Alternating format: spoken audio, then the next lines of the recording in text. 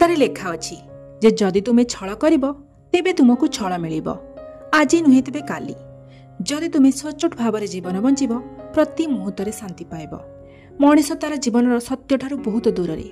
केते लोक धन पाई नष्ट हो जाती, आउ केते लोक प्रसिद्धि पाई, आउ केते लोक अहंकार पाई। मनीषर प्रकृति भल हेबा उचित। चेहरा कौन समय सहित रूप परिवर्तन होइथाए। टेंशन नियो नाही, मु किछि करूछि।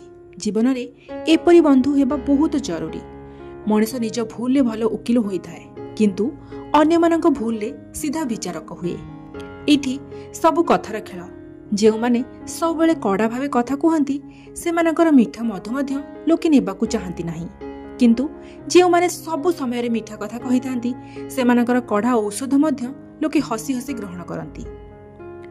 सफलता हेउची जहा आम परिचय को दुनिया सामने आनी दिए, किंतु विफलता हेउची सही अनुभव जहा हमको एही दुनिया केमिति चले परिचित कराई थाए।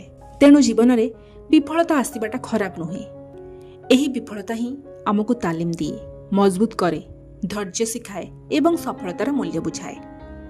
जी विफलता को भय करेनी से जीवनर यथार्थ योद्धा। आवश्यकता ठारू अधिक आराम एवं औकात ठारू अधिक प्रेम मनुष्य को असहाय बनाई दिए। एही दुनिया रे मिछुआ लोक माने बहुत हुनर रखती, किंतु सचोट लोक माने तो अभियोग रे मरी जाती। भरोसा समस्त ऊपर कर, किंतु सावधानी सहित, कारण निज दांत मध्य केबे केबे जीभ को काटी दिए। जदि किछि अलगा करबा को चाहुच तेबे भिड़रू अलगा चाल। भिड़ साहस दिए, किंतु परिचय छड़ाई नहीं थाए। जेतेबेले भरोसा जोड़ी जाए बाहर लोक मध्य निजर होई जांती, एवं जेतेबेले भरोसा भांगी जाए निज लोक मध्य बाहर लोक होई जांती। जदि आपण काहाकू बेसी भाव देबे से आपणको रद्दी मूल्य रे बिकी देबो। सेथिपाई भल पाइबा ओ आदर ताकू दियो जेतिकी से पाखरे रखि परिबे।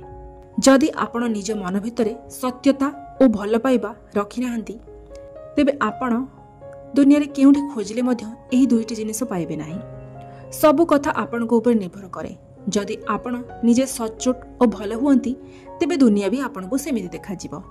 कहारी अपमान केबे भी करंतु नाही, कारण सही अपमान दिने आपण पाखक लेउटी आसी बड़ सबक देव। जदि जीवन रे शांति चाहुच तेबे लोकन कथा को हृदय को नियो नाही। अन्य माने किपरि बदलिबे ताहा चिंता करिबा पूर्वरु किपरि निजको बदलाई पारिबे सिख। जेतेबेले आपण बदली जिबे दुनिया भी सुंदर लागिबो। सचोट लोक मानक मूल्य बहुत डेरी बुझा जाए, एवं जेउ मनीष आम वेदना बुझी पारंती से हेउचंती सेही माने जेउ माने एई वेदना को निजे अनुभव करिथांती। मोर आपण मानकु अनुरोध जे मोर मनोबल वृद्धि करबा पई चैनल को लाइक एवं शेयर करंतु। जदि आपण चैनल नुआ तेबे मिस लिनु वॉइस चैनल को सब्सक्राइब करबा को भूलंतु नाही। रहिली नमस्कार।